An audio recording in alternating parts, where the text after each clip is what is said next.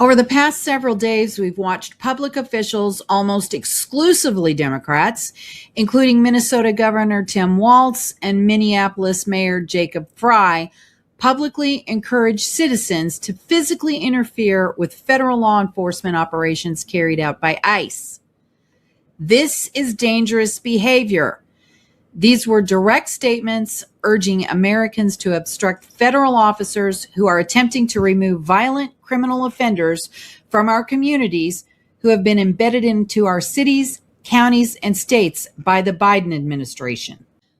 Biden's corrupt branch of the global organized crime syndicate, under the direction of Barack Obama, treated the borders of the United States as a sieve, encouraging lawless, criminal, military-aged men to walk across the border without any kind of impedance of United States Border Patrol. Right under the noses of the sleeping American people, politicians on both sides of the aisle pretended this massive military invasion of the country, which was disguised in plain clothes, was compassion.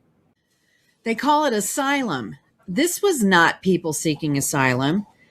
Democrats have learned to use words as weapons, and as soon as you figure out that nice little term they're throwing around is a cover for reality, they turn violent. Their followers are low IQ and narcissistic. These are micro movements of psychopaths and sociopaths. These situations are staged and zoomed in on as if there's some sort of massive protest against the President of the United States doing the job we elected him to do. Those funding the Democrats, like George Soros and Michael Bloomberg, understand the characteristics of those easily manipulated and use that knowledge to influence the super stupid into clusters of armies to infiltrate and attack unwitting Americans. It is a coordinated political narrative that normalizes chaos, criminality, and aggression against the rule of law, actual constitutional law, while the mainstream media actively fuels that fire using the talking points and tactical words with twisted meanings their followers can't comprehend. Let's begin with Governor Tim Walz's statement. Watch this. ICE agents are going door to door, ordering people to point out where their neighbors of color live. They're pulling over people indiscriminately, including U.S. citizens, and demanding to see their papers. And at grocery stores, at bus stops, even at our schools. They're breaking windows, dragging pregnant women down the street, just plain grabbing Minnesotans and shoving them into unmarked vans, kidnapping innocent people with no warning and no due process.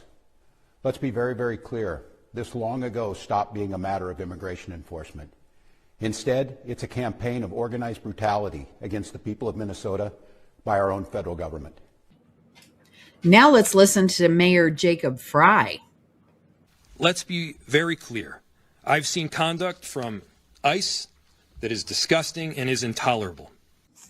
Again, the message is the same. Don't cooperate, don't stand down, and actively oppose ICE. This is a political directive to undermine federal authority, and it puts both citizens and officers at risk. Now let's look at what this kind of rhetoric produces in real life.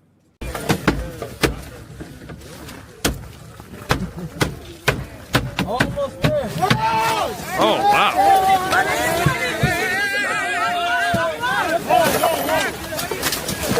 Oh, my God.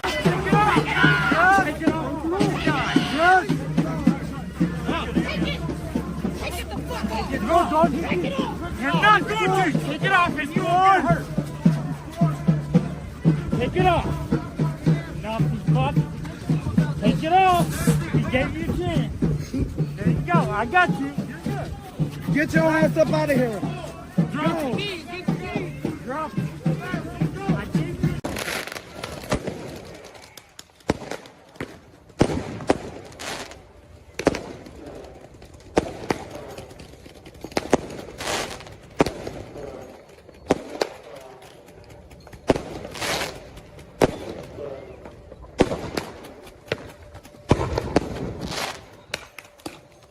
Hey, get! What did she just do? She fucking...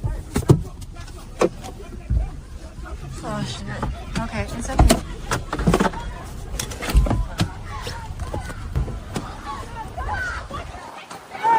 She took next camera.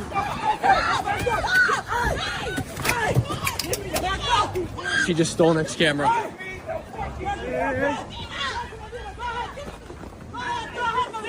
Let's get her. No, get in the camera. You're gonna give her the camera. Just tell her to give him the camera back. Give her the camera.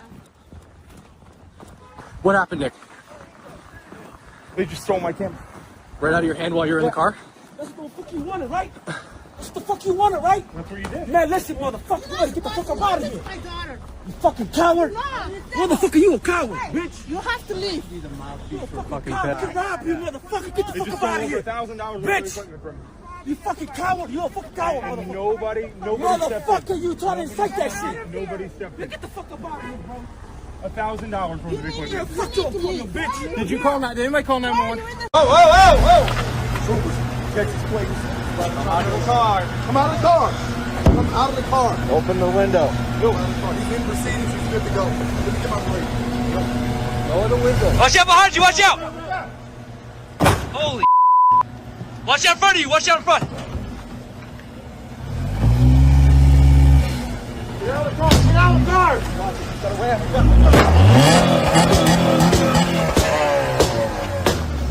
Cut it off. Cut it off. Now. Cut it off. Turn off the car. Cut the car. Cut off. Come out of the car. Fire. Come out of the car. Come out. Now.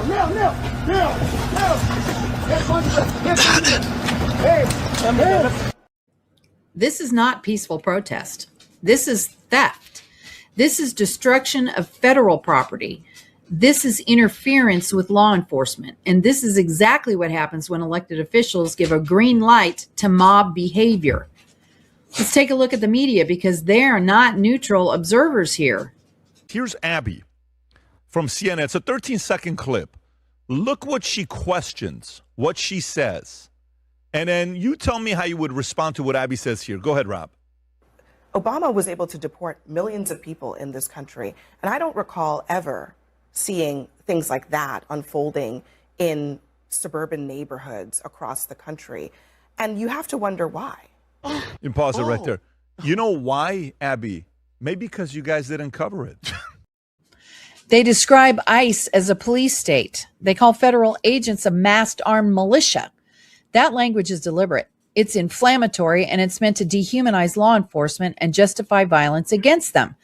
The media pretends they're merely reporting, but their word choices are a form of activism. They're not informing. They are inciting. This is unacceptable. It's shameful. It's shameful to interrupt a public gathering of Christians in worship. But there were folks who will say, I have to take care of my flock. okay, but listen, we live in there's a constitution in the First Amendment to freedom of speech and freedom to assemble and protest. We're here to worship. We're here to worship Jesus because that's the hope of these cities. That's the hope of the world is Jesus Christ. I want to be very respectful. Please don't push me, though. We're here to worship Jesus. Yes. That's why we're here. Okay, that's why we're here. Okay. That's what we're about. Don't you think Jesus would be understanding we're about and love these folks? We're about spreading the love of Jesus. But did you try to talk to them as a no Christian? one is willing to talk. Okay, I have to take care of my church and my family, so I asked that you actually would also leave this building. You don't want us to chronicle what happened? Unless you're here to worship. I'm always worship. I'm a Christian. We're here to worship. Yeah. We're here to worship. Okay. Thank you very much. We can't separate this from the reality of our open border. Under the Biden administration, the southern border was not simply left open. It was treated as a revolving door. Millions crossed illegally. Many were flown across the country. Communities were forced to absorb the consequences. We're not in a theoretical event. Real Americans have been murdered, assaulted, and victimized by illegal criminals who should have never been in this country in the first place. Yet instead of protecting Americans, Democrats are protecting the very system that put those criminals here. Now Congress is even considering a bill to defund ICE. The president has repeatedly inflamed tensions, espoused hateful rhetoric, and intensified attacks on Minnesotans, especially the Somali community. ICE's increasingly violent actions have terrorized our state. Demanding accountability is not radical. Calling for systematic reforms are not extreme. Our caucus members will oppose all funding for immigration enforcement in any appropriation bills until meaningful reforms are enacted to end militarized policing practices. ICE has no place in terrorizing Minneapolis or any American community.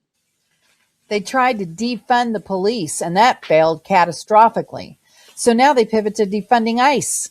This is not about compassion. This is about dismantling enforcement.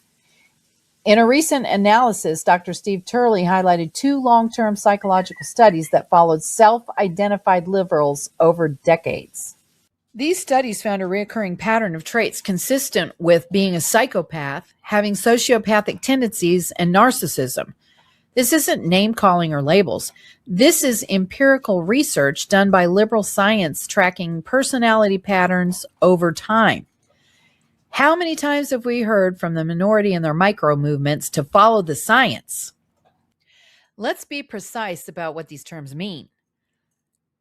Psychopathy, lack of empathy, impulsivity, manipulativeness, and a disregard for the harm caused to others. Sociopath, repeated violation of norms, rules, and laws without remorse. Narcissism, inflated sense of superiority, lack of accountability, and an inability to accept criticism or learn from failure. Now look at the political behavior through that lens, and you'll find their conclusions are correct. You don't have to be a scientist to figure out the truth. But if you're a liberal, apparently, if you're not a biologist, you can't figure out what a woman is. We've seen the same pattern for years. They push reckless policies. People suffer. They refuse to admit error. They double down. They get more aggressive. And then finally, they escalate the rhetoric. That's not leadership. That's pathology. Can you provide a definition for the word woman? Can I provide a definition? No. Yeah. I can't. You can't? Not in this context. So I'm not a biologist.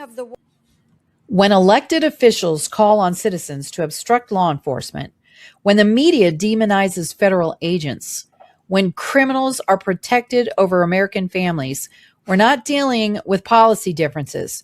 We're dealing with a moral and psychological crisis caused by a small faction, which is a dangerous micro movement of the global organized crime syndicate, made up of cartels run by political godfathers running around as if the rest of us believe they're the majority.